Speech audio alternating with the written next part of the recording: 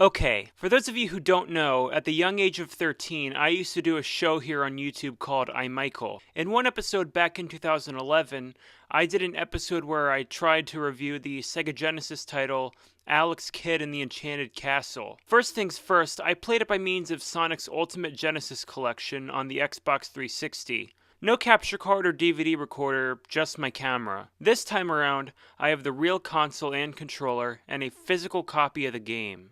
But who is Alex Kidd? Well, he was considered Sega's mascot before Sonic came along, as his first game, Alex Kidd in Miracle World, was released for the Master System in 1986. Alex Kidd in the Enchanted Castle, being one of the earliest titles on the Genesis, having come out in 1989, would be a direct sequel to that. Alex, living on the planet Ares, hears a rumor that his long-lost father is alive and well on another planet known as Paper Rock, so named because all the inhabitants are skilled at rock, paper, scissors. His family doesn't want him to go, but he really wants to find his father, and oh boy will he let them down. Alex Kidd is a boy in a jumpsuit with big ears, boxing glove-sized fists, a jump kick, and piss-poor traction. Throughout the levels, you'll punch your way through chests to collect bombs, the currency in this game, and fighting generic enemies like cars, crazy condors, dung beetles, hedgehogs, mummies, prairie dogs,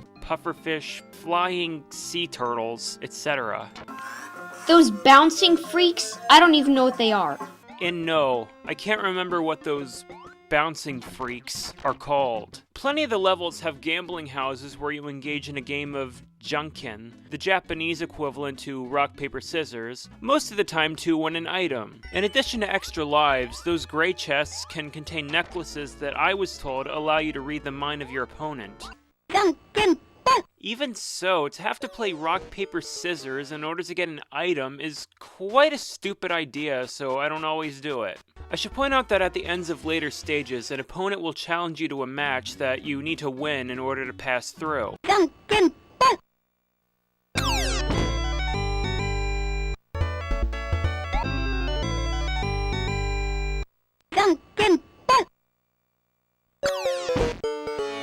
Losing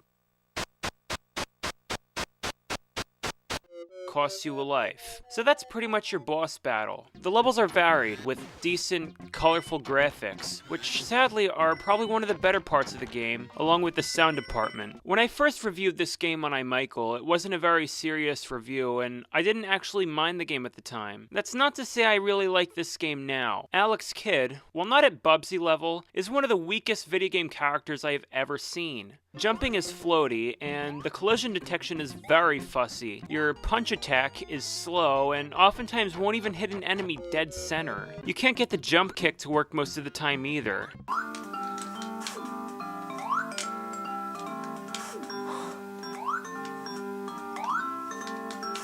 Come on, just kick the treasure chest, you freaking piece of crap.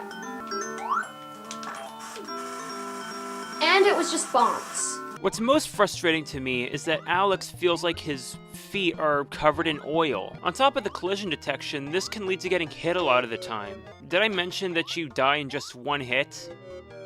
This game has enough potential for me to want to like it, but the challenge being based on terrible controls and hit detection turns me away from that. It's not one of the worst titles on the Genesis, and Alex Kidd hasn't been forgotten, but I can see why Sonic took over as mascot. Alex Kidd may have been popular on the Master System, but Sega handicapped him out of success. My next review, Ren and Stimpy's Space Cadet Adventures, spoiler alert, won't be much better, but I'll get to something decent very soon.